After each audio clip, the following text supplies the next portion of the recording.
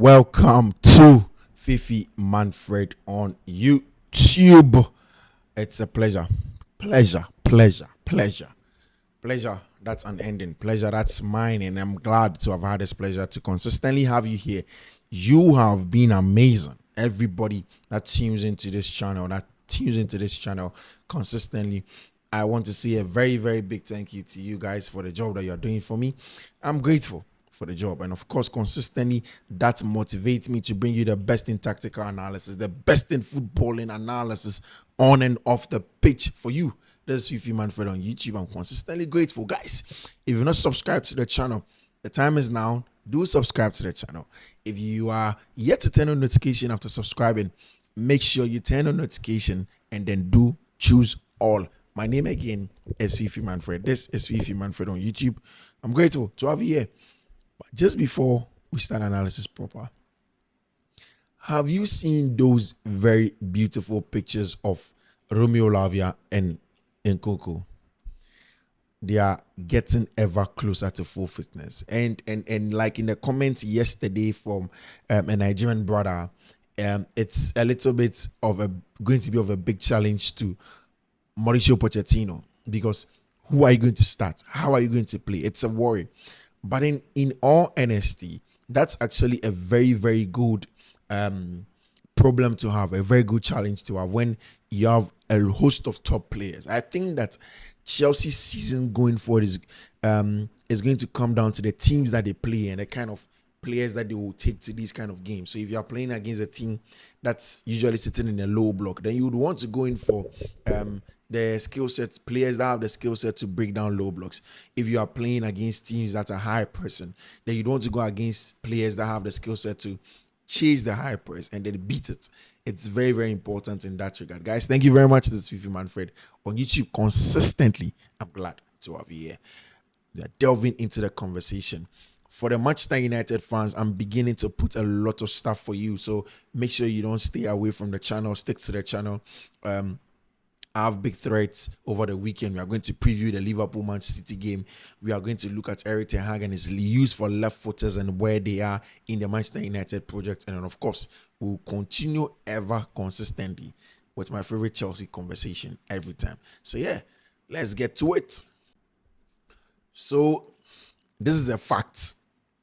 I'll start with a fact. It's a fact that Romelu Lukaku is doing very well at Roma. Very, very well at AS Roma. I don't know if it is just because of the fact that Lukaku is comfortable playing in Italy, or yes, because the season before he left for Internazionale Milan, when it was at Manchester United, it wasn't good. It was also still under Jose Mourinho. It wasn't good. That season was shambolic. That was the beginning of the season where people began to say Lukaku cannot even control the ball. That's when people began to say he was actually very bad with his ball retention and what's not as a player. And after that, he went to Internazionale Milan and Antonio Conte, and then he tore the Italian Serie A apart. Now, he came back under Thomas Tuchel to Chelsea, did a bizarre interview. There has been bizarre conversations surrounding him. He was supposed to go back to Internazionale Milan on a permanent. Chelsea wanted him to go on a permanent. Then at some point in time, that deal doesn't go through because he was flirting with Juventus. And Juve said, hey, we can only let Lukaku come in if we are able to let Dusan Vlahovic go.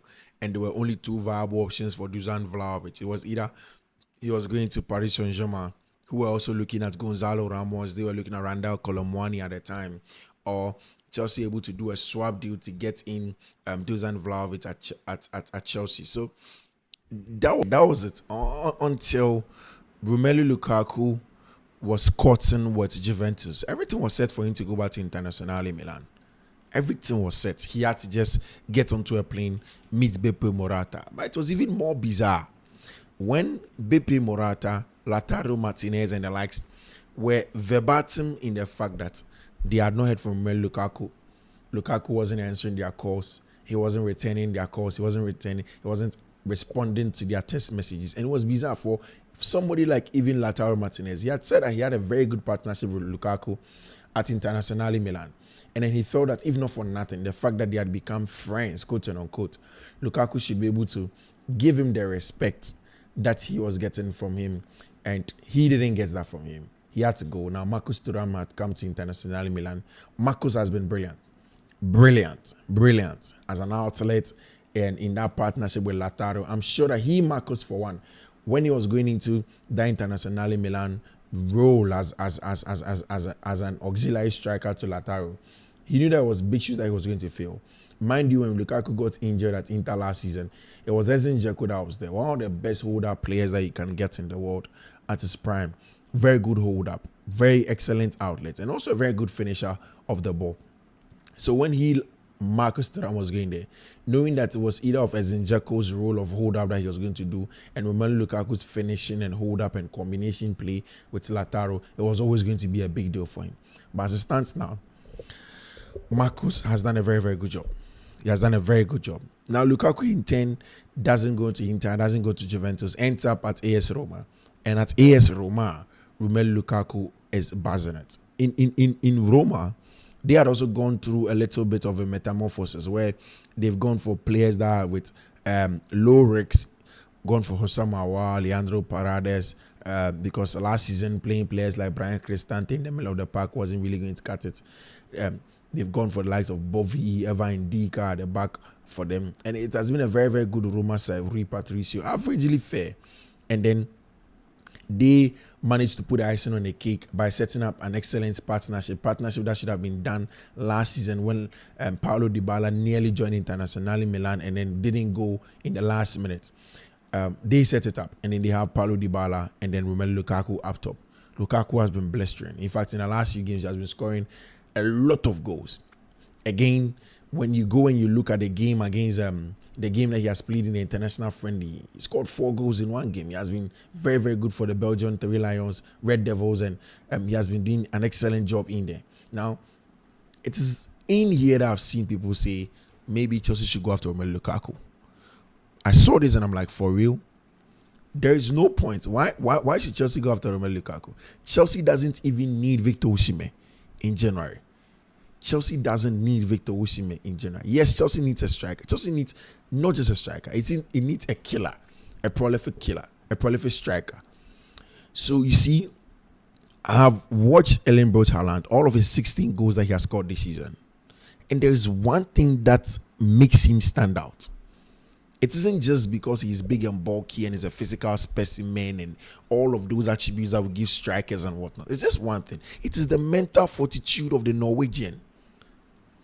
In a game against Burnley, West Ham, consistently he missed chances. Consistently, the team was able to do a good job in keeping him away from the box and preventing him from getting onto the end of those quality chances that Man City will consistently produce for the team. But whilst he missed, he was never fast. He was never fast, never worried. Never did he drop his shoulder or whatnot. He just kept on going. And that's the kind of striker. If Chelsea can imbibe that in Nicolas Jackson or Armando Broja, then they don't need an Osimhen. They do not need an Osimhen. Let's not talk about Romelu Lukaku. Lukaku has shown that he is toxic, in my opinion. And the whole situation around Romelu Lukaku is toxic. You know, sometimes when you speak about human beings, speak about players, you understand that they're human beings like yourself, and sometimes you cut them some slack. But the situation around Romelu Lukaku is a little bit toxic. It spans from the time under Thomas Tuchel, where he did that interview with Sky Italia that people felt shouldn't have been done or shouldn't have aired at certain points in time. And then later his form begins to dip. Chelsea realize that they've done a bad investment. They need to cut their losses. In cutting their losses, they need to find a way to let him go. How do you get Romelu Lukaku to go? It is the worry of the team. And then all of a sudden, Chelsea able to find a way, get into a loan deal with Roma. They want to find a way to get Romelu Lukaku off their box. And then just because he's scoring goals and Sterling Jackson was struggling at certain points in the season, somebody says, hey, get in Romelu Lukaku. I have a problem with those UK analysts sometimes and then accounts, especially on Twitter, when they make some of these statements. Because, wait. Jackson has scored 7 goals. 6 of them are non-penalty goals. Last season, our best goal scorer was Kai Havertz, 7 goals in the league. The season before, it was Jorginho, 5 goals. No, most of them were penalties. Same for Jorginho and then Kai Havertz. So you have a striker this season who has given you 6 goals, seven goals, 6 of them are non-penalty goals. And then all of a sudden, because he goes spells without it, you are worried. There is one thing about Jackson, and it's testament to that of Erling Braut Haaland. He doesn't stop going. Look at the game against Tottenham Hotspur. They go offside. A lot of strikers will stop. He doesn't stop. And you see, that's the difference between what I saw with Timo Werner and somebody like Nicholas Jackson. I've read today in the Times and then the Daily Mail consistently when they are telling me that almost everybody in Mauricio Pochettino's coaching team is excited about Nicholas Jackson because consistently he is somebody that is happy, somebody that is positive, somebody that is very confident in his craft and his job. And then he seems to be the guy that will lead Chelsea. Yes, they are excellent talents. They are extra killers in the game. You can talk about Ivan Toney. You can talk about Victor Osimhen. You can talk about all of these guys. Yes, in the summer. But in the short term, Chelsea don't need Osimhen in January. They don't need Ivan Toney in January. They do not need Romelu Lukaku for that matter in January or even the summer. Armando Broja is the truth. If you do not know, I'm saying it today here on Fiifi-Manfred on YouTube. Armando Broja, he is the truth. He is the truth. I'm telling you. That boy from, is he Armenia or Albania? Keep on confusing it. He is a Diego Costa region. He's a reincarnation of a top prolific striker that you need. Tottenham Hotspur to Chelsea at a young age. I saw him at Southampton. Now he gets hit by a major injury, but the cameos that he has had in the games against Fulham and Manchester City are clear and testament of his quality. All of a sudden, his progress and his growth and his development should be truncated just for the short term. No, man. That boy is the truth. And I know that he's going to come good. I know that with him and Jackson this season, Chelsea definitely are in good hands, especially with Nkunku returning. Nkunku is returning. And now Pochettino is going to have a headache as to where to play who. Have you seen Noni Madueke for the English young Three Lions? He has been brilliant from wide areas. Brilliant. There is a host of quality 1v1 threat inside half pace occupiers and with the pulsar of Cole Palmer and the likes, and then you have the threat of central areas. There's just one thing I need Nicholas Jackson to add to his game. It is the ball manipulation. You see that goal Erling Braut Haaland scored against Chelsea, I think it was their third goal. So a lot of strikers will, once they square the ball, will stand and then hit the ball. Sometimes it goes over the bar. Erling Braut Haaland was being brought down by regimes. Anyhow, he manipulates the ball to get onto the back of the net. He doesn't care. No style, nothing. Just get it there. He was down. The ball was in between his thigh and his leg. He dragged it himself in there whilst he was on the ground. That's how you manipulate the ball. Watch Erling Braut Haaland's goals. He's essentially a ball manipulator. He's an aggressive ball manipulator. Nicholas, needs to learn how to manipulate the ball and then build the confidence that he's building. Those 2 goals, those 4 goals that he has scored in the last few games are going to be huge confidence boosters for him. And he's going to grow into it. He's going to be one of the best strikers. Mind you, Nicholas Jackson is one of the few strikers we've bought in recent times. That's low budget. 32 million or so. And that's even off the top of my head. Maybe less. Nicholas Jackson. We bought people for 100 million. Bought people for more. How much did Chelsea buy Timo Werner for? So, yeah, that's the thing. You can't just wake up and say, okay, now Chelsea have to go and get Romelu Lukaku. Nah, it's not possible. He's not coming, and he can't solve Chelsea's problems. A lot more goes into football than just goals. The team dynamics is very important as well in games like this, in teams like that. So yeah, guys, I mean, this is something that you should have in there. It's not going to happen. But Nkunku has returned. Remember Lavia today, they trained fully. They've trained, in fact, about the last 3 days with a full team. Everything is good.